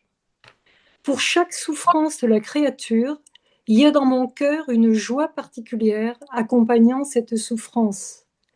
La souffrance rend l'âme plus digne, plus aimable, plus sympathique. Mon cœur a tiré sur lui toutes les sympathies divines par la vertu des souffrances qu'il supportait.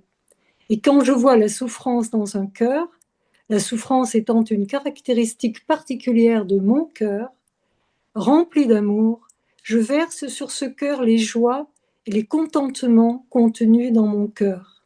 Donc on voit dans la divine volonté, enfin quand on connaît le Seigneur, qu'il y a un lien particulier entre l'amour, la souffrance et bien sûr la joie, puisque la joie c'est la signification de la souffrance. Quand elle prend du sens, eh bien elle se change en joie. Voilà. Qu'est-ce que je voulais dire encore? Oui, dernière petite chose, comme tu l'as dit au début, Chantal, le Seigneur, quand il est ressuscité, il apparaît avec ses cicatrices. Donc les souffrances, les choses totalement négatives, les traumas vécus sur cette terre et qui n'ont pas été évidemment souhaités par la personne, hein, qui lui sont tombés dessus, qui l'ont écrasé, qui l'ont broyé.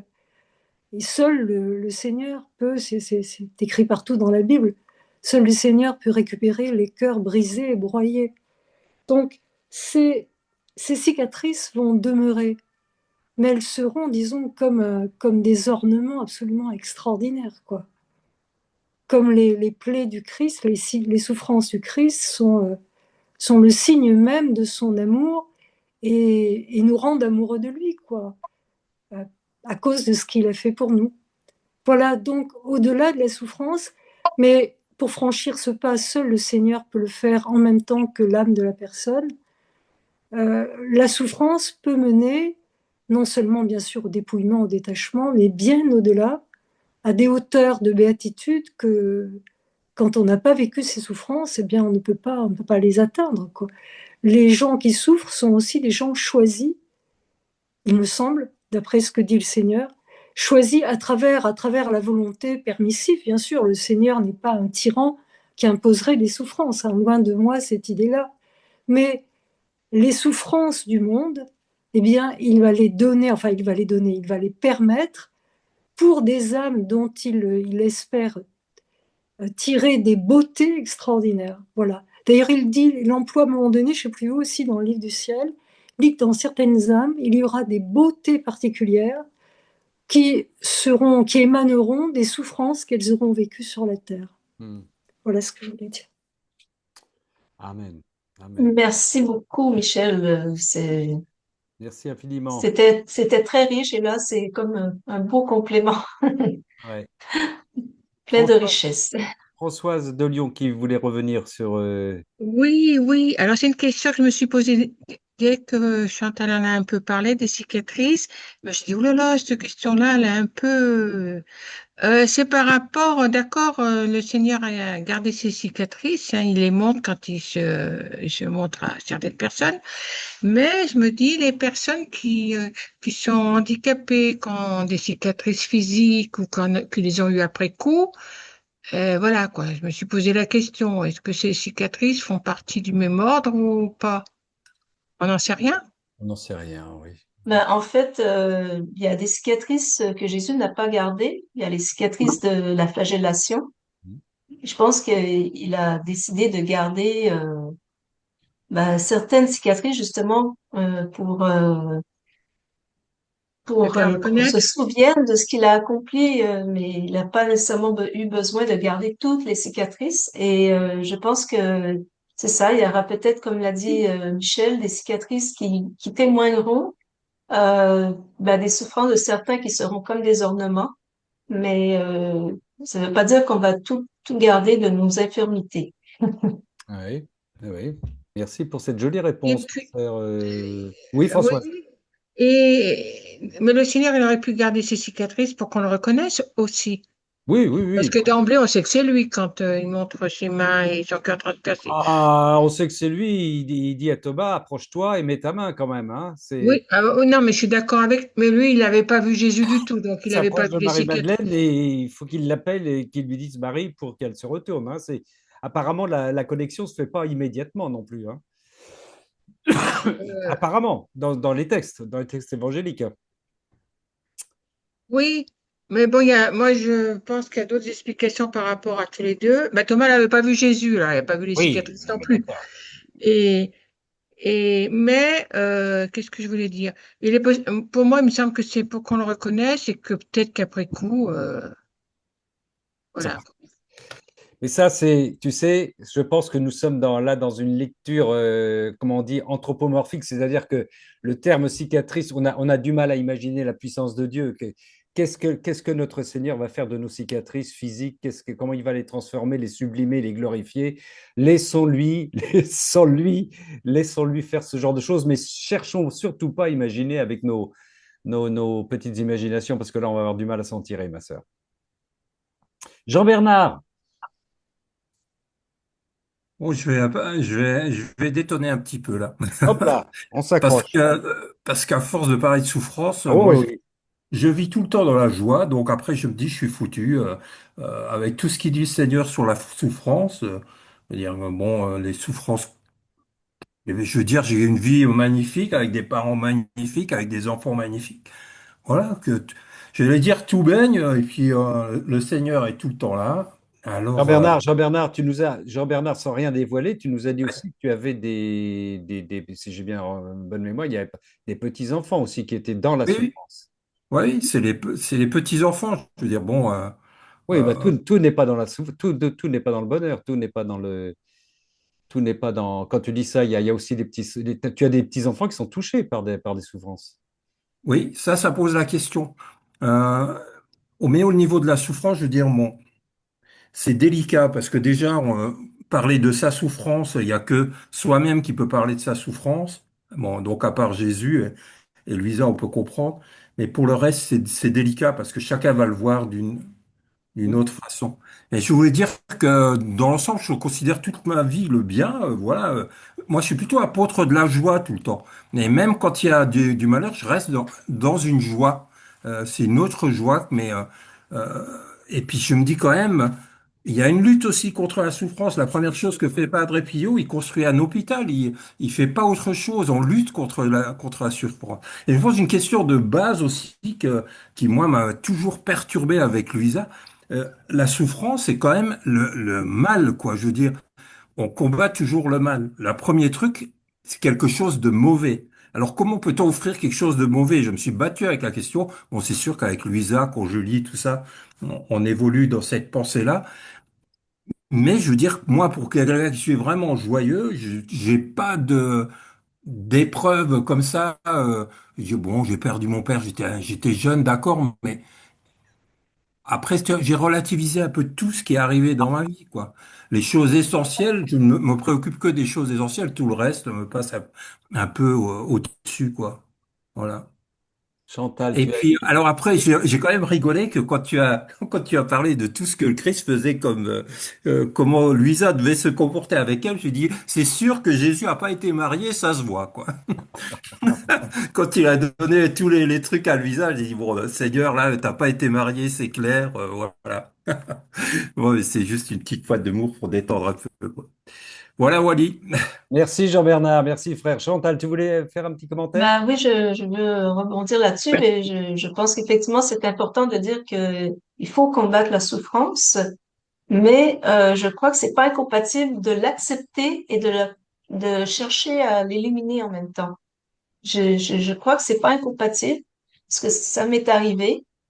J'ai vraiment, quand j'étais malade et que les médecins étaient impuissants, qu'on ne trouvait pas de solution bah, j'ai fini par l'accepter. J'ai vraiment fait un abandon alors que j'étais même pas croyante, mais j'ai comme, je me suis abandonnée à la providence mais je me suis dit, je vais quand même chercher à l'éliminer. Je vais pas rester comme ça, mais c'est comme, pour moi, ça devenait comme,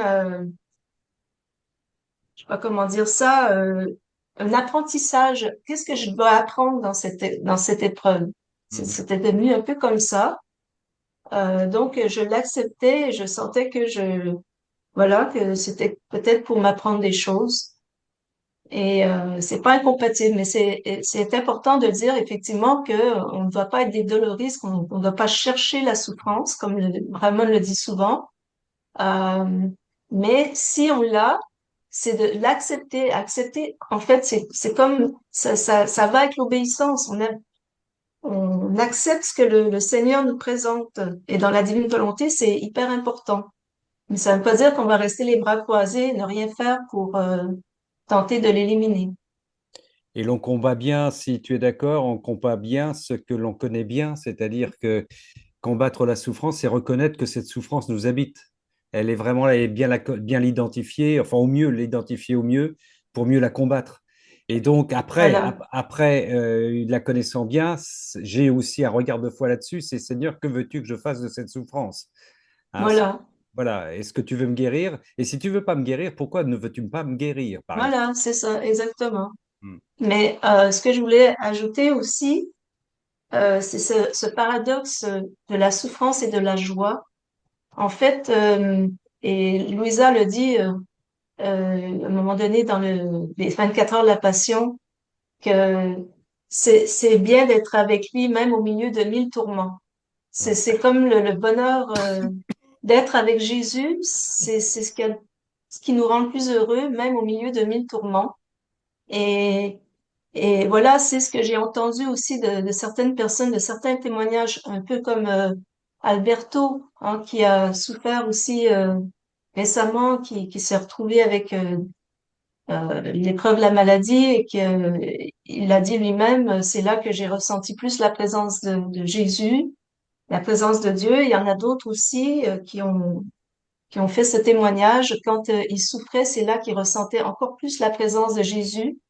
Et c'est ça qui amène la joie, parce que quand Jésus est là, on sent aussi cet amour, cette joie et ce Oui, bonheur.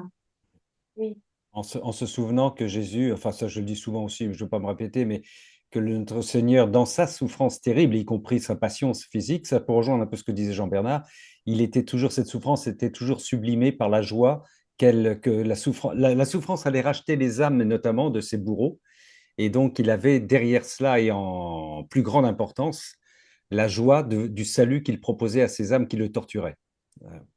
Voilà. Donc, il y avait toujours Mm. cette joie doublait, qui dépassait la joie. Marie-Thérèse, tu as laissé ta petite main jaune, peut-être? Euh, non, j'étais en train de me dire que ce n'est pas aussi accepter la souffrance pour la souffrance. Il y a aussi l'objectif. Ouais. Qu'est-ce que c'est ça? Qu'est-ce que je vise dans cette souffrance? Donc, je souffre et puis cette souffrance ne peut pas être aussi que physique. Il y a parfois des souffrances morales. Oui, Ah ben, Hein. oui. Donc, et tout ça, quelle est la finalité? oui, Donc, je me bats, je cherche la solution, mais entre-temps, je me laisse faire parce qu'il y a parfois un message que le Seigneur veut me montrer. Parce que le Seigneur peut passer par la souffrance pour te rappeler quelque chose ou bien pour te diriger par rapport à ton envol, parce que nous sommes appelés à nous envoler vers le soleil divin. Mais pour s'envoler, il faut parfois passer par ces détours-là, par ces clins d'œil. Ça peut être un clin d'œil du Seigneur qui te fait, mais ce n'est pas accepter la souffrance pour la souffrance, parce que sinon ça serait trop. oui, Pour Dieu aussi, c'est pas bon, quoi. Donc, c'est de l'amour. Donc, il faut le faire. Pourquoi je le fais? Je pense, il y a même des païens qui acceptent ça, même sans croire en Dieu, mais qui acceptent, qui accueillent la souffrance. oui. Donc, je me dis que ce sont des choses, moi, je pense que on ne peut pas trop réfléchir à ça, mais il faut simplement se laisser euh, laisser le Seigneur faire. Donc, se laisser aller, se déposer entre les mains de Dieu. Oui. Donc, pour qu'il puisse nous guider, et puis avec l'accompagnement aussi des prières des autres, c'est là qu'on va découvrir que c'est une souffrance qui me révèle quelque chose Oui. ou qui me pousse à faire ça parce que peut-être pour la réparation, pour beaucoup de choses, quoi, des âmes. Merci infiniment, ma sœur Mm. Marie-Thérèse, pour Merci ce témoignage. Oui, Marie-Thérèse, oui, merci. Mm. Mm. infiniment, oui. Oui, oui, Merci. voilà. Merci à vous aussi. Et oui, Mm. on entend bien derrière ces paroles aussi en disant qu'à chaque fois, chacun a une expérience individuelle, personnelle, qui est une approche différente Mm.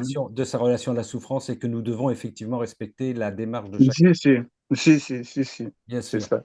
Sabrina, tu voulais nous dire quelque chose? Oui, je voulais rajouter que j'ai eu une petite intervention chirurgicale il y a une dizaine de jours Ouais, avec une anesthésie générale. Donc, quand je suis sortie de là, ben, j'étais pas bien, j'avais la nausée. Bon, l'opération, avant l'opération, on m'a fait attendre au moins, je sais pas combien d'heures. Donc, je priais sans arrêt. Donc, c'est sûr que je priais beaucoup parce que j'étais toute seule dans la salle d'attente, avec juste le vêtement là qu'ils vous donnent avant l'opération. ouais, Euh, et j'avais ça venait sans arrêt des idées négatives, etc. Donc, pour rejeter tout ça, je priais sans arrêt. Et voilà, donc après, il y a eu l'opération, après j'avais la nausée. Après, euh, tout ça, c'est vrai, plus on prie, plus on est dans l'angoisse, plus on prie, et plus on est proche du Seigneur. Donc ça m'a beaucoup rapproché. C'est lui et moi, en fait. On est deux, et puis même trois avec la Vierge Marie. Après, c'est ma sœur et ma nièce qui est infirmière qui sont venues me chercher, mais j'étais pas bien et je pensais avoir un peu d'empathie de la part de ma nièce, mais rien. C'était, waouh, c'était dur. C'était vraiment dur. Donc là encore, heureusement, bah, le Seigneur est là. On est, je suis pas toute seule. Oui. Les autres, ils n'ont pas le Seigneur. Il est là. C'est une personne. C'est Jésus. C'est Marie. Ils sont là. Il y a l'Esprit Saint. Il y a toute la cour céleste. On n'est pas tout seul. Et donc, dans ces moments très difficiles, forcément, là, je dirais la souffrance. Jésus permet la souffrance m'a permis cela pour me Pour rapprocher rapprocher. de lui. Mm, mm. Gloire à Dieu. Gloire à Dieu, Sabrina. Merci. Gloire à Amen. Dieu, Sabrina bénie. Est-ce qu'il y a d'autres personnes qui voulaient intervenir? Ma sœur Chantal. Merci Sabrina. Oui, merci. Je vous en prie. Sujet sensible, bien sûr. Hein, Je suis on est contente de t'avoir, que tu sois de retour parmi nous. en Oui, plus, moi aussi. en plus. Mais Sabrina, elle nous lâche de temps en temps pour évangéliser sur d'autres cénacles. Elle a bien raison, elle a bien raison. Voilà. Mais oui, porter la bonne parole à droite et à gauche. Ah oui, ça, il n'y a pas d'exclusive, hein, ça c'est sûr. C'est sûr. Sœurs et frères, est-ce que nous en restons là ou est-ce que certains d'entre vous encore voudraient ajouter des choses? Oui, moi, je vais ajouter une chose. Ah oui, Evelyne. Alors, j'aimerais dire aussi que, bon, avec toutes les souffrances, c'est vrai, j'en ai vécu aussi, comme tout le monde. Et ce que j'ai découvert, bon, avant, je ne connaissais pas ça, c'est que grâce aux souffrances, on apprend aussi à se connaître. Ça, c'est très important. Oui, Mais aussi à connaître la faiblesse humaine, c'est-à-dire les personnes parfois qui peuvent nous faire du mal aussi. Voilà, c'était ce que je voulais rajouter. la souffrance comme un espèce de miroir qui nous renvoie à une connaissance de nous-mêmes, c'est ça, hein? Oui, et aussi parfois des autres en même temps, si Oui, ça oui, vient oui, des personnes en bien question sûr, qui bien font du sûr. mal, pas toujours, quoi. Eh Ça peut oui, en être une plus. maladie, mais c'est pas toujours le cas. Eh oui, oui. Les souffrances que nous infligent, des souffrances morales, Ouais. psychologiques, C'est vraiment un apprentissage de découvrir la faiblesse humaine et les péchés, enfin voilà, tout ce oui. qu'on est. On Eh n'est oui. pas, on n'est rien, quoi, en fait, au Ah oui. fond. Voilà. Ne serait-ce qu'une parole blessante que l'on reçoit ou que l'on donne et qui peut terriblement blesser ou traumatiser quelqu'un pour toute une vie d'ailleurs. Ouais. Merci Evelyne, merci encore. De rien. Merci Evelyne. Et puis voilà, je me retourne vers les gens voilà, qui sont plus de petites mains jaunes. Parce que je ne veux frustrer personne, je veux ne traumatiser personne. Tout le monde a le droit à la parole.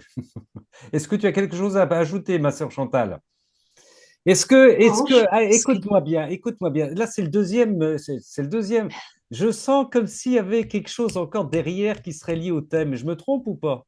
je pense que tu deviens vraiment devin, Il y a quelque chose qui, parce que toi, tu vas nous faire un 600 pages, toi. C'est là-dessus, c'est clair. Ben, voilà, je pense qu'Evelyne, elle a soulevé aussi Ouais, des points qui effectivement, me passionnent. ouais. L'ADN et l'âme. Et là, en plus, il y a Jean-Bernard Oui. qui a dit prochain cénacle, qu'est-ce qu'est l'âme? Qu'est-ce que l'âme? Qu'est-ce que l'âme? Ben, en fait, je veux aussi peut-être relier cette question à même l'univers. C'est tout ce qui est la divine volonté, quoi, qui forme notre univers, finalement. Et comment tout ça Se bon, c'est une grosse connecte. question, Oui, c'est des quoi. grosses questions. C'est des grosses questions. Euh, Ouais. Je sais pas si je vais arriver à quelque chose, mais oui, j'ai ça un peu derrière la tête. D'accord, d'accord. Bon. Rassure-nous tout de suite, il y a rien de New Age là-dessous.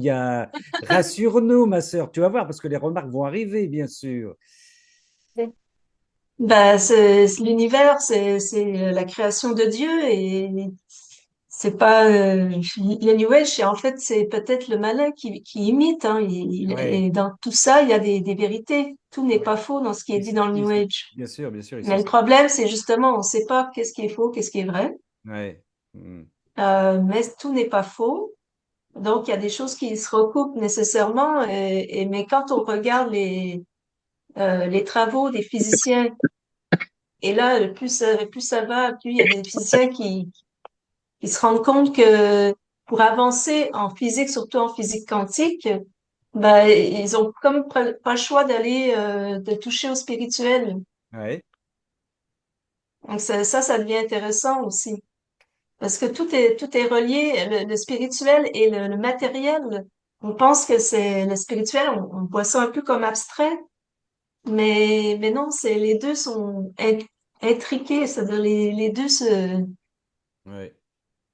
Mais je sais pas comment dire. de toute façon, le Seigneur nous le rappelle, hormis le péché, rien de ce qui n'existe n'appartient pas à Dieu. D'accord, on est bien d'accord. Il n'y a pas il y a pas un atome, il y a pas un petit bout d'ADN, il n'y a pas un petit bout de terre qui échappe à la création, à la volonté divine. Oui, et d'ailleurs, je suis tombée sur un texte, peut-être ça viendrait dans le prochain cénacle, Ah oui, justement. déjà l'a entamé en plus. D'accord, ok. Oui, quand il parle du soleil, de la lumière du soleil et de sa lumière à lui, Ouais, voilà, il n'y a pas vraiment de séparation, mais il y a une continuité. il y a une continuité, oui. Oui, mais enfin, sa lumière Parce que, dépasse la lumière du soleil, ma sœur, quand même. mais oui, Mais ça, il le oui, dit, mais oui, bien sûr, il prend des bien comparaisons. sûr.